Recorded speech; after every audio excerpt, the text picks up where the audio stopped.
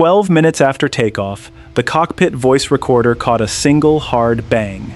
Japan Airlines Flight 123 was climbing through 24,000 feet on a short evening run from Tokyo to Osaka. It was the middle of Obon week, the days when Japan travels home to visit its dead. The aircraft was full. 509 passengers, 15 crew, families with small children, men in office suits returning to their parents for the holiday, a famous singer whose voice almost everyone in the country knew. Behind the last row of seats stood a curved wall of aluminium, about a millimeter thick.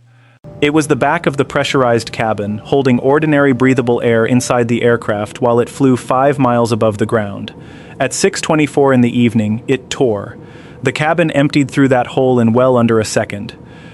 All of that air rushed into the hollow tail, a space never built to hold pressure, and broke it apart from the inside. Most of the vertical fins snapped off and fell into the sea. Running through that same narrow space were 4 hydraulic lines. 4 separate systems, deliberately kept independent so no single event could take them all. They were severed within half a second of each other. Everything that lets a pilot move an airliner runs on those lines.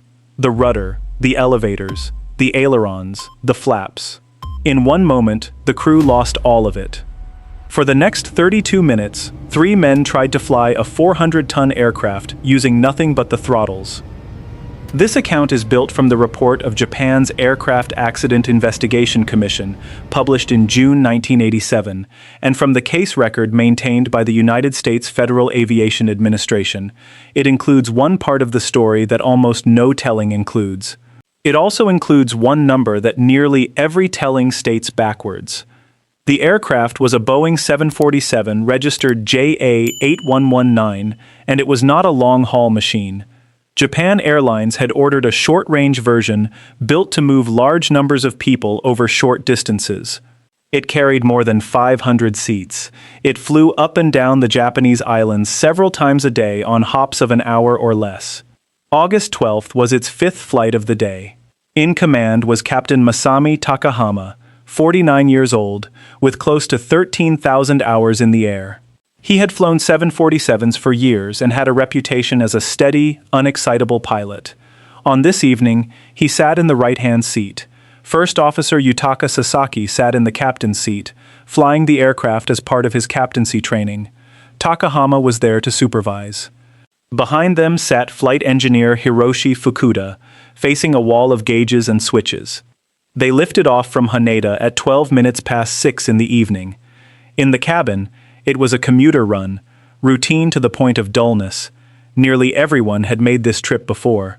Some were going home for Obon, which meant grandparents and grandchildren traveling together in the same rows. On board was an off-duty flight attendant named Yumi Ochiai, riding home in seat 56C at the very back. Also on board was Hiroko Yoshizaki, traveling with her 8-year-old daughter Mikiko, and 12-year-old Keiko Kawakami, flying with her parents and her sister.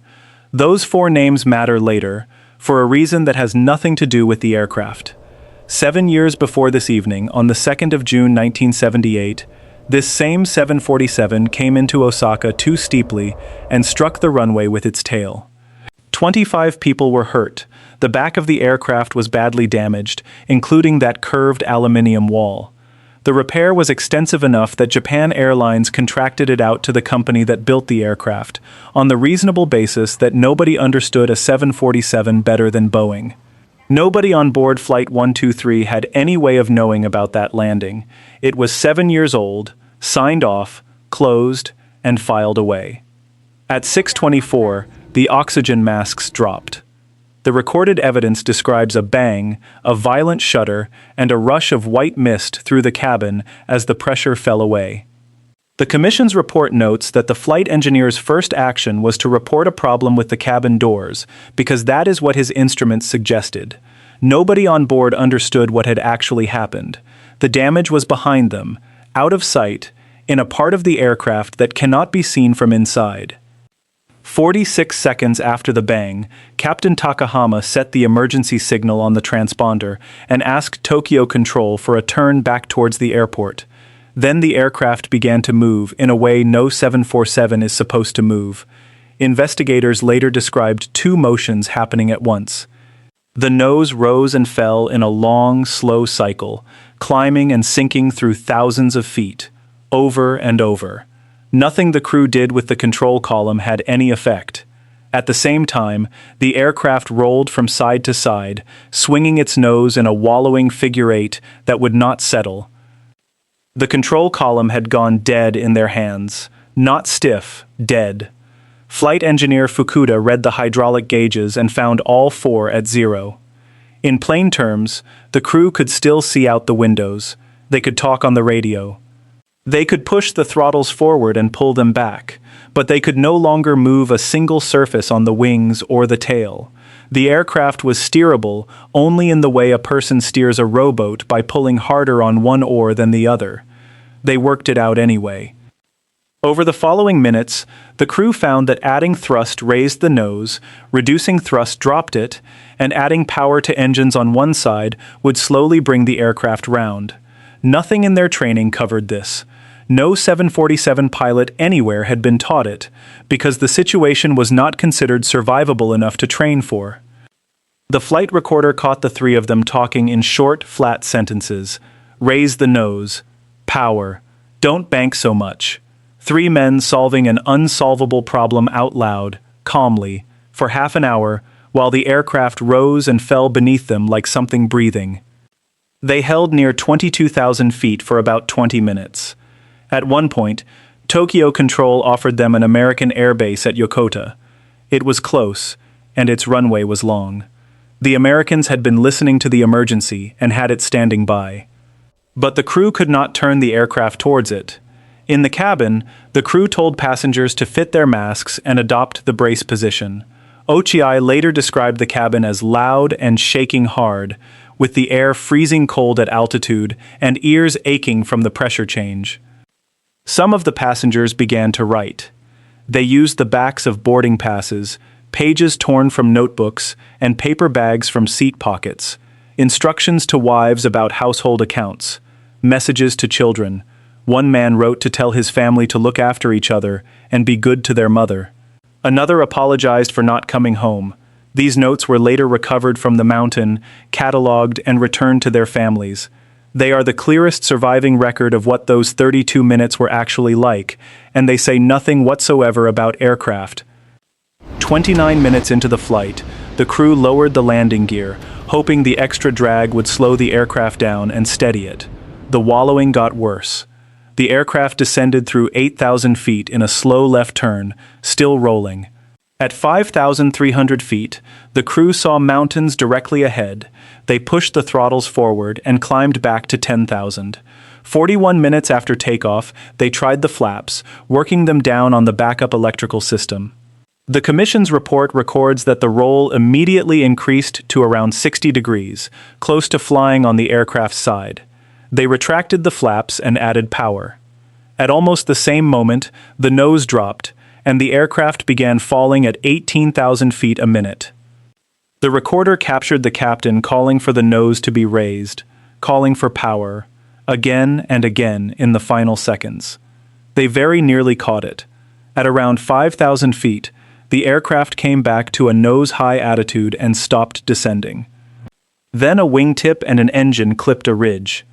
46 minutes after leaving Tokyo, 32 minutes after the bang, Flight 123 struck the side of Mount Takamagahara at 340 knots. 520 people were killed. It remains the deadliest accident involving a single aircraft anywhere in the world.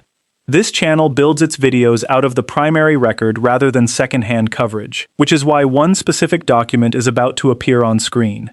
It is a repair diagram. It is free, public, and carries a detail about this crash that most accounts state backwards. If that is worth your time, subscribing helps. The wreckage lay across a ridge at 5,000 feet in dense forest, on ground steep enough that investigators had to be lowered in. Working back from it, the Commission established the sequence within weeks. The tail had failed before the aircraft hit anything. Pieces of the vertical fin were recovered from Sagami Bay, far back along the flight path. The aircraft had lost a large part of its tail in the air and flown on for another half hour without it. That pointed the investigation to a single component, the curved wall at the back of the cabin that had torn. It helps to know what that wall actually does. Everything forward of it is pressurized, so people can breathe at altitude. Everything behind it is not. On every single flight, that wall takes the strain of the difference between the two, then releases it on the way down. Push and release, once per flight for the working life of the aircraft. It is designed to outlast the airframe itself. Fatigue in this part was considered so unlikely that routine inspections mostly looked for corrosion instead. So investigators went back to 1978, and to the repair. Boeing sent a team to Osaka. They replaced a large section of the rear fuselage and the lower half of that pressure wall. Then an inspector found a problem with their work. Along part of the join between the old upper half and the new lower half, the rivet holes sat too close to the edge of the metal. That is a genuine defect, and the fix was straightforward on paper: fit a splice plate. A single continuous strip of metal bridging the upper and lower halves, held by 3 rows of rivets, so the load passes cleanly across the join and spreads itself between them. The plate did not fit. Whether the surrounding structure had shifted or the aircraft was sitting slightly differently in its jigs, the commission could not establish. What it did establish was what the team chose to do about it. They cut the plate into 2 pieces to make it go in. The FAA's case record states the consequence plainly. Dividing the plate meant that only a single row of rivets was carrying the load across that section, instead of the rows the design required. Here is what that does, in the simplest terms available. A join like this is meant to share its work across 3 lines of fasteners, the way 3 people share the weight of something heavy. Cutting the plate took 2 of them out of the job. 1 row of rivets was left holding the entire thing, on every flight, for 7 years. And it was invisible. The gap left by the cut was filled with sealant, which is standard practice and looks like standard practice. The commission found that the correct and incorrect assemblies appeared identical when viewed from either side of the wall. A Boeing inspector reviewed the work shortly after it was finished and did not detect the error. He almost certainly could not have. There was nothing to see. This is the entire accident in one drawing. 2 configurations placed side by side. In one, the load crosses the join through 3 rows of rivets. In the other, it crosses through 1. Now the number, because this is the point at which almost every account of this crash goes wrong. The commission estimated how much strength had been lost. That figure gets quoted constantly in documentaries, articles, and videos. 70%, they say. A 70% loss of strength. That is not what the report says. The accident board estimated that the strength of the repair decreased to about 70% of what a correct repair would have provided. Not by 70%. To 70%. The joint kept roughly 2/3 of its strength. That distinction matters far more than it sounds, and not in the direction anyone expects. A joint that loses 70% of its strength is a gross and obvious failure. It would be caught. It would feel wrong. A joint sitting at 70% is something else entirely. It is strong enough to work, strong enough to fly 12,000 more times, strong enough that nothing ever felt wrong, no crack was ever spotted, and no inspection ever flagged anything, while fatigue cracks crept outward from that single row of rivets, 1 flight at a time, for 7 years. The error was not dramatic enough to be found. That is precisely why it killed everyone. The commission also found something the airline itself had done, and it is rarely mentioned anywhere. The inspection schedule for that wall had been set on the assumption that the aircraft would be flown at the lower of 2 available cabin pressure settings, which is the appropriate choice for short hops at low altitude. In practice, the aircraft was regularly flown at the higher setting instead. The commission estimated that this alone shortened the fatigue life of the structure by about 6%. 6% is not what killed anyone. It is a small number attached to a routine operational habit that nobody thought about twice. None of it was ever enough to be noticed. All of it together was enough to be fatal. Boeing acknowledged the faulty repair within weeks of the crash, in an advisory sent to every airline flying 747s anywhere in the world. The commission published its full report on the 19th of June 1987. It concluded that the aircraft was lost through the rupture of the rear pressure wall, the destruction of the tail structure, and the failure of all 4 hydraulic systems. It found that the crack that started it originated in the 1978 repair, which had not been carried out in accordance with the approved method. The consequences reached well beyond one aircraft. 4 hydraulic systems designed to be independent of one another had all been routed through the same narrow space, and one event had destroyed them all. Boeing was required to add a structural cover protecting the fin. It was also required to fit a device that seals off one hydraulic system if the lines are cut, so that a future crew keeps something to fly with. Inspection rules for that part of the aircraft were rewritten across the industry. Regulators in the United States went further and changed the rules so that repairs to pressurized fuselages had to be formally assessed for exactly this kind of hidden weakening, years after the repair was signed off. 17 years later, in 2002, a China Airlines 747 broke apart over the Taiwan Strait. The probable cause was a tail strike repair carried out 22 years earlier. The industry had written the rule, it had not yet finished applying it. The design lesson was absorbed. The other lesson of that night was not. Flight 123 struck the mountain at 6:56 in the evening. Rescuers reached the wreckage the following morning. The gap between those two facts is where this story stops being about metal. The site itself was found quickly. A United States Air Force C-130 out of Yokota Air Base, flying with the 345th Tactical Airlift Squadron, spotted burning wreckage on the ridge roughly 20 minutes after the crash. It was still daylight. The crew radioed the position through 20 minutes, in daylight, with coordinates. According to accounts later given by that crew, the Americans then offered to send a helicopter carrying men equipped to descend to the wreck, and the offer was not taken up. One of the C-130 crew told the military newspaper Stars and Stripes about it 10 years afterwards. He said a helicopter was already hovering over the site that evening, with 2 Marines ready to go down on a line, and that they were ordered back to base. That account is widely repeated in English-language coverage. It has also never been independently verified, and it should be treated as what it is. A first-hand claim from the men who were there, not a finding of any investigation.